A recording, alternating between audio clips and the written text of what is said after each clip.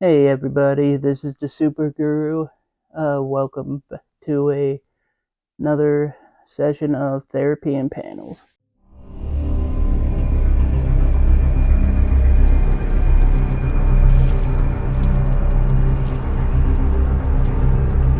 For today's session, I thought we would do something a bit different than what we've been doing. And that would be a bit of a relaxing thing. At least personally for me, I would find it relaxing. I don't know if any of you guys would. Um, if anyone out there has a comic book collection or any type of hobby you guys like to do, for this is mostly for comic book people. I thought I would go over a little bit of a special haul of books I have here. Out not just any kind of comic books. These are hauls of books that I got autographed. So I thought it would be a neat little thing to show all of you my personal selection of some autograph books I've gotten over the years. I also have a little question for all of you guys. It's mostly out of a curiosity thing. I heard for anyone out there that collects comic books, if when it comes to wanting to get something signed by an artist, they're not a big fan of having the books signed on the cover itself. They feel like it ruins the value of the book, or it just ruins the book itself. Me personally, I don't think it ruins anything at all. I can, especially depending on the book you get, I think it adds to it, not just from increasing the price of it at all. But I'm just curious about what any of you guys would think. Leave a comment down below, and I'd just love to get your guys' response on that. So without further ado, I thought we would begin here. The first book I got here is Nick Fury, Agents of S.H.I.E.L.D. issue number 1. Uh, this was a book that my dad personally got off of layaway at our local comic book store. Took him a good while to get this paid off. Um, then, not too long ago, there was a convention called Heroes Con, and as a Father's Day gift, I managed to get this book signed by Jim Steranko, who was the writer of this series for a very long time. And I got to have a great conversation with him. And I don't know when this will ever end up happening, but um, if he will remember it, or if the next time me and my dad will even be at an event he's at, he asked me personally to just track him down and make sure he can meet my dad in person. The next book I got here is the first issue of the Infinity Gauntlet, one of the biggest inspirations for the Avengers Infinity War movie. I got this signed by Jim Sterling. He is the guy who created Thanos.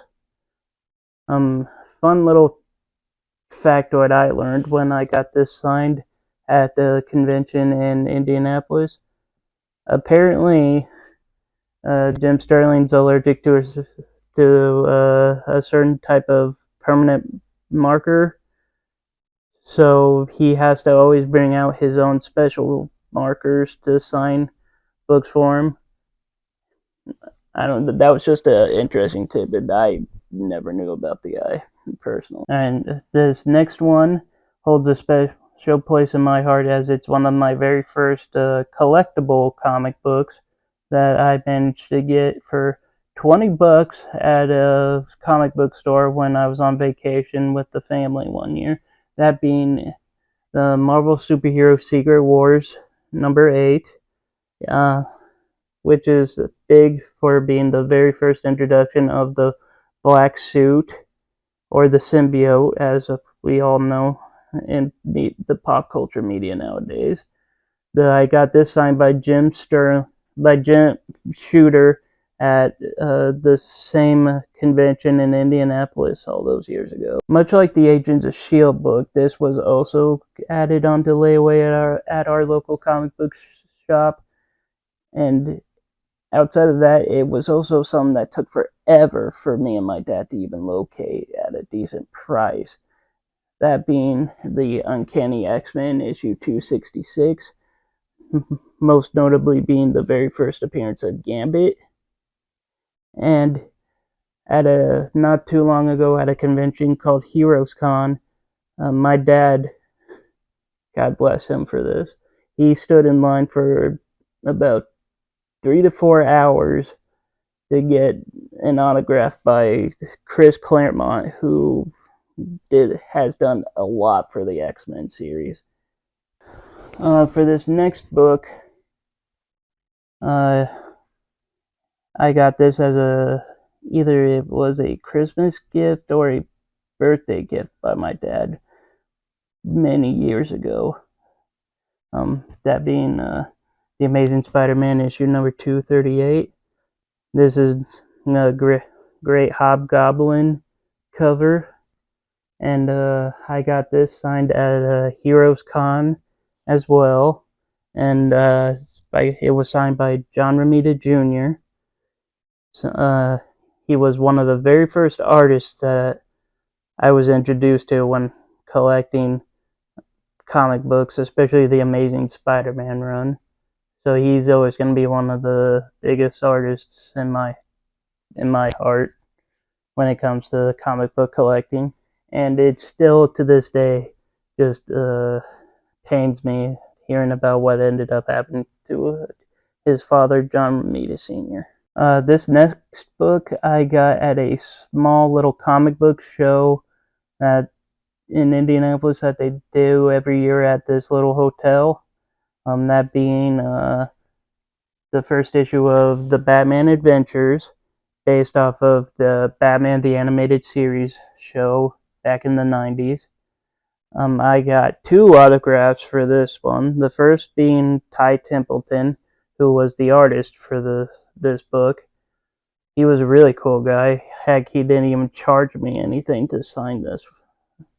The next one, which even now makes it even special after his passing, I managed to meet Kevin Conroy, who was the voice of Batman for a generation of people. Heck, screw people like Michael Keaton and Ben Affleck, George Clooney, Christian Bale. While they all did decent portrayals of Batman, for me personally, Kevin Conroy is the interpretation of Batman, and he will always be that interpretation of Batman. Okay, for the last book that I'm going to show you guys today, this is my very special book. That being The Amazing Spider-Man issue number 50.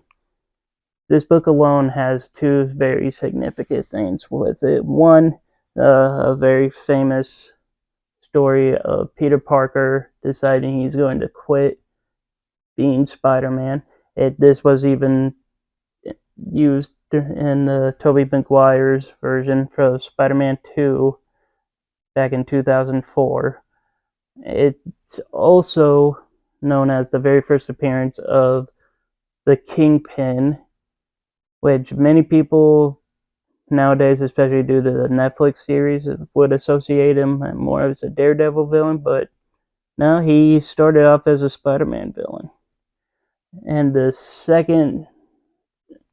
then we got this thing that holds some very special value in my heart.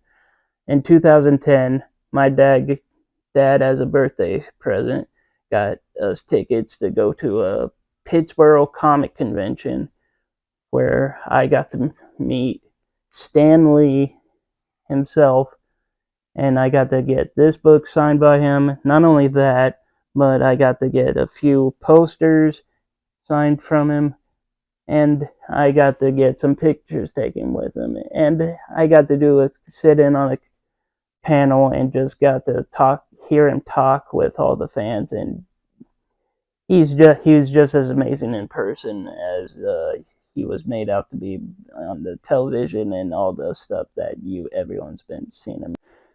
And that is all I have to show you guys for this session. I hope you enjoyed that. It was nice going through a little trip down memory lane, going through all these books again. If any of you guys collect comic books and have any special